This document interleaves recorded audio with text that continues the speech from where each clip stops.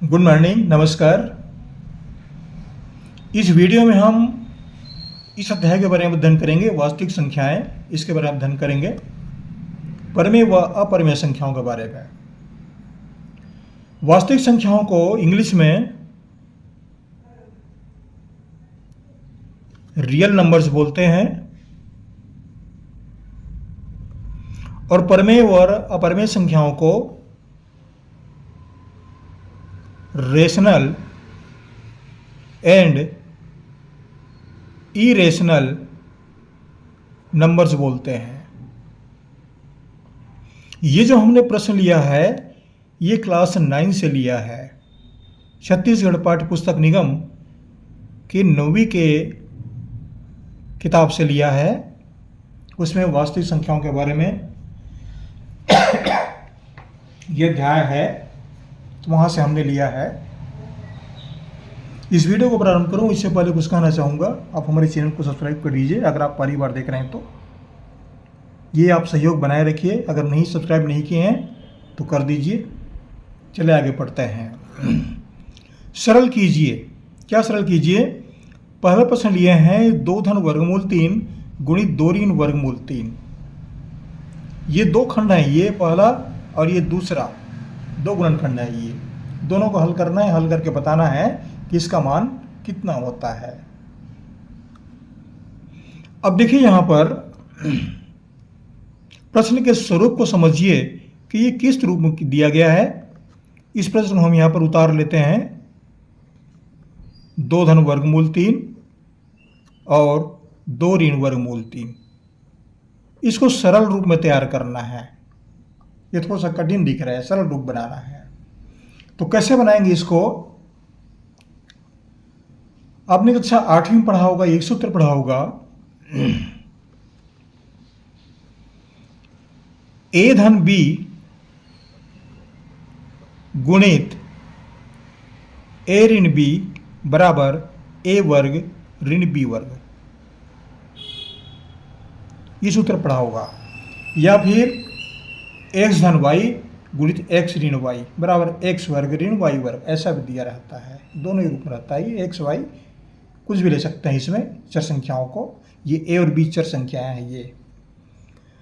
अब ये ए धन बी, तो ये ए है और ये बी है, ए धन बी हो गया।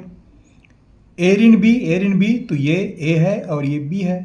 ए के स्थान पर 2, बी के स्थान पर वर्गमूल 3, ये हुआ। तो हमको इस रूप में लिखना है, ए वर्ग ऋण बी वर्ग के रूप में लिखना है। इस रूप में लिखा गया है और ए वर्ग ऋण बी वर्ग के रूप में लिखा जाना है, तभी यह हल होगा। तो क्या करेंगे इसके लिए? ए के स्थान पर 2 है तो ये 2 का वर्ग हो जाएगा। ऋण बी के स्थान पर वर्गमूल 3 है तो वर्गमूल 3 का वर्ग हो जाएगा। इस तरह से कर सकते हैं इसको। अब देखिए 2 का वर्ग माने 2 का गुना 2 बार, 2 गुणित 2, इस तरह से लिखेंगे। ऋण, इसको लिखेंगे वर्गमूल 3 को भी 2 बार गुणा कर दो, इस रूप में आ गया। अब 2 को 2 से गुणा किए तो ये 4 हो गया। ऋण वर्गमूल 3 को वर्गमूल 3 से गुणा करेंगे, दोनों वर्गमूल चिन्ह एक ही हैं तो गुणा हो जाएंगे। 3 3 9 और 9 को वर्गमूल 3, 9 को वर्गमूल आप पढ़ चुके हैं, इसको तब बताना नहीं पड़ेगा। 9 को वर्गमूल 3 आता है।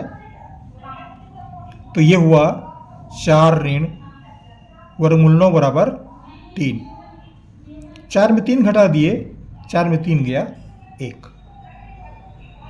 तो ये हमको उत्तर प्राप्त हुआ 1 जो है। अब इसको हम किस रूप में लिखेंगे?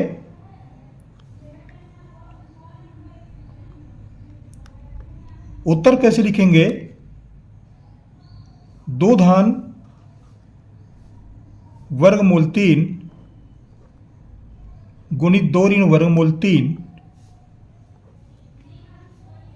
का सरल रूप बराबर 1 है।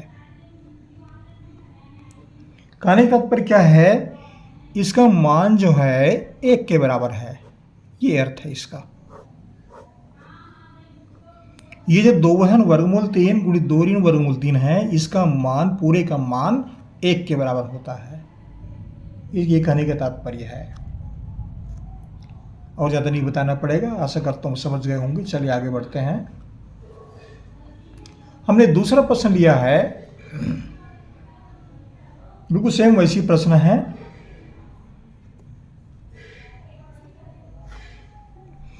अब देखिए यहाँ पर 5 धन वर्गमूल 5 और 5 ऋण वर्गमूल 5 को सरल कीजिए।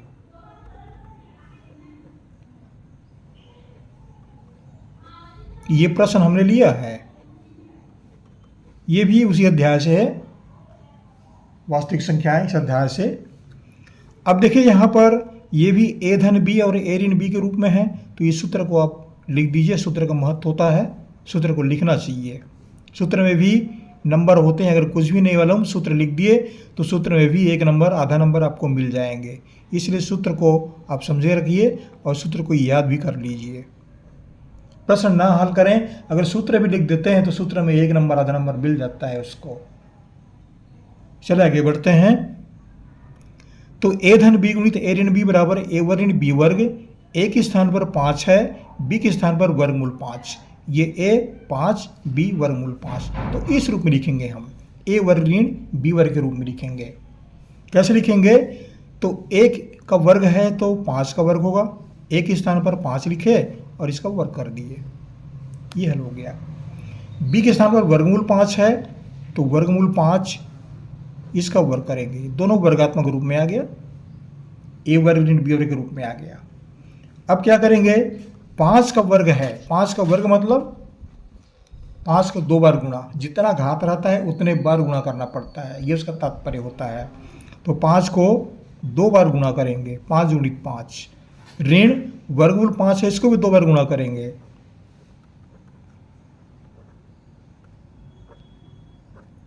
ये कोष्टक लिख दिया मैं। अब 5 को 5 से गुणा कर दिए, 5 का पहाड़ा पड़िए, 5 पंचे 25। अब ये वर्गमूल 5 ये दोनों चिन्ह एक ही हैं तो गुणा हो जाएंगे, अंदर की संख्याएं के गुणा हो जाएंगे। 5 पंचे 25 और 25 का वर्गमूल लेंगे, तो 25 का वर्गमूल कितना आता है? 25 का वर्गमूल जो है वो 5 आता है। 25 का वर्गमूल 5। वर्गमूल निकालना आप सीख गए होंगे, वर्गमूल निकालने के लिए बताना नहीं पड़ेगा, ये कक्षा 7वीं 8वीं में बताई जाती है, इसलिए मैं इसको वर्गमूल निकालने के लिए नहीं बता रहा हूँ। ये बहुत सामान्य सा प्रश्न है, ये इतनी बातें तो कक्षा 9वीं विद्यार्थियों को पता रहना ही चाहिए, इसलिए हम आगे निकाल रहे हैं इसको। अब 25 से 5 घटा दिए तो कितना बचा? बराबर 20। ये हमको 20 उत्तर प्राप्त हुआ। तो उत्तर क्या हुआ?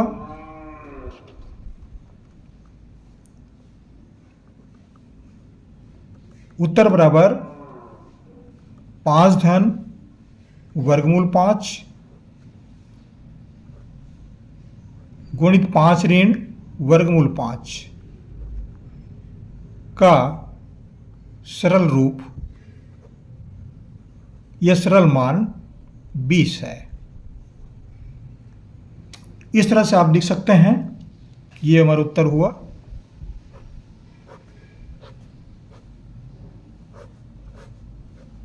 कहने का तात्पर्य क्या है?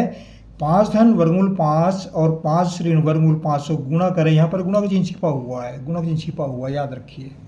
तो इसका सरल मान जो है वो 20 के बराबर है। ये दोनों का मान 20 के बराबर है, ये कहने का तात्पर्य है। आशा करता हूँ ये वीडियो आपको अच्छा लगा होगा। आप हमारे चैनल को सब्सक्राइब अवश्य कीजिएगा, सब्सक्राइब करना ना भूलिए, आपका सहयोग है ये, इतना कार्य अवश्य कीजिएगा। जहाँ से पढ़ रहे हैं आप कमेंट्स भी लिखिएगा, आप कहाँ से पढ़ रहे हैं।